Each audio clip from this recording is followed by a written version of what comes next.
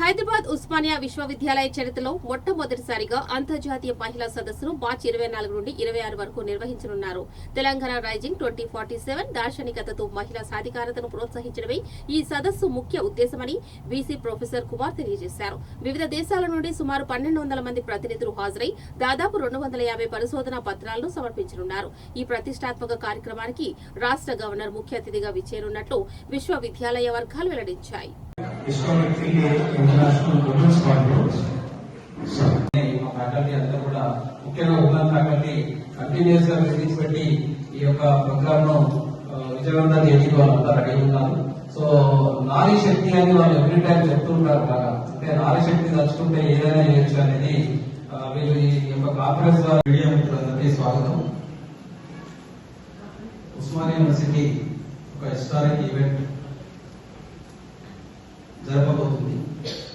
ముఖ్యంగా women empowerment పైన first time in the history of Osmania యూనివర్సిటీలో 3-day ఇంటర్నేషనల్ కాన్ఫరెన్స్ కండక్ట్ చేస్తున్నారు. 24, 25, 26 ఈ 3 రోజుల్లో ఈ ఇంటర్నేషనల్ కాన్ఫరెన్స్ కండక్ట్ చేయడం జరుగుతున్నది. అట్లాగే ఎందుకు ఇది చేయాల్సి వచ్చింది అంటే, ఎవ్రీ టైం మనము ఉమెన్స్ డే మార్చ్ 8 రకరకాలుగా కండక్ట్ చేస్తున్నారు. సెలబ్రేట్ అంటే జస్ట్ హాఫ్ డే, 1 డే లేకుంటే 1 అవర్ అట్లా చేస్తున్నారు. కానీ ఈరోజు చూసినట్టయితే వివిధ రంగాలలో ఉమెన్ యొక్క రోలు చాలా ఇంపార్టెంట్ గా ప్లే చేస్తుంది. ముఖ్యంగా ఎడ్యుకేషన్ డెఫినెట్ గా అంటే చాలా వరకు ట్రాన్స్ఫార్మ్ అవుతారు. తర్వాత back board to the country. ఈ ట్రాన్స్ఫర్ అయిన తర్వాత వాళ్ళు ఏదైతే సేవలు చేస్తారో అవన్నీ కూడా దేశానికి చాలా ఉపయోగపడేట్టుగా ఉంటాయి.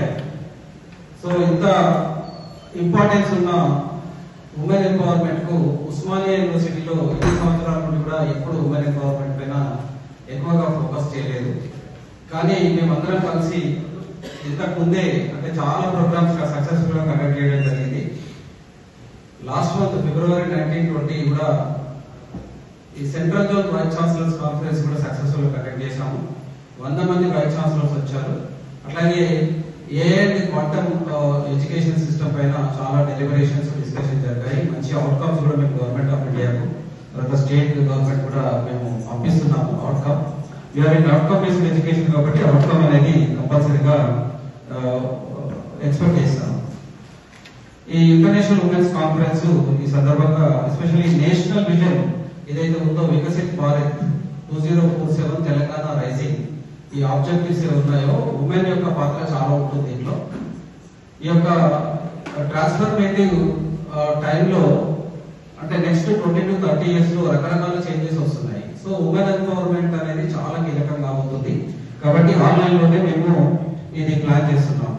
Especially empowering women in education and leadership drives global innovation. So women empower చేయడం వల్ల గ్లోబల్ ఇన్నోవేషన్ తో పాటు global economy and economy of the country కూడా చాలా వరకు ప్రోగ్రెస్ అవుతుందని నా యొక్క అనుమానం. ఈ సంవత్సరం ఈ థీమ్ ఏంటంటే women's international women's day theme ఏంటంటే give to gain women power for sustainability అనే థీమ్ పైన మేము ఈ కాన్ఫరెన్స్ కండక్ట్ చేయడం జరుగుతుంది. ముఖ్యంగా ఈ గివ్ టు గెయిన్ అనేది ఏంటంటే focus on the transition of students from learners to the community leaders or the global leaders అనే కాన్సెప్ట్ పైన ఈ గివ్ టు గెయిన్ అనే కాయిన్ చేయడం జరిగింది. అట్లాగే ఆబ్జెక్టివ్ ఏంటంటే to bridge the gap between academic theory and practice. So we are talking so many things theoretical but practically sometimes we are not reaching the expectations ప్రకారం reach కాలేకపోతున్నాం. కాబట్టి ఈ థియరీకి practice కి మధ్యలో గ్యాప్ అనేది ఏదైతుందో దాన్ని ఏ విధంగా ఓవర్కమ్ కావచ్చు, 100% పాలసీస్ కావచ్చు, రకరకాల లైన్ లో గవర్నమెంట్ డిసిషన్స్ కావచ్చు, ఏ విధంగా గ్రౌండ్ లెవెల్ తీసుకెళ్ళచ్చు without any kind of problems, దానిపైన కూడా ఫోకస్ చేస్తున్నాం. అట్లాగే యూఎన్ సస్టైనబుల్ డెవలప్మెంట్ గోల్స్ ఏవైతే ఉన్నాయో త్రూ ఇంటర్డిసిప్లినరీ సొల్యూషన్స్ అంటే United nations 17 sustainable development goals ఉన్నాయి.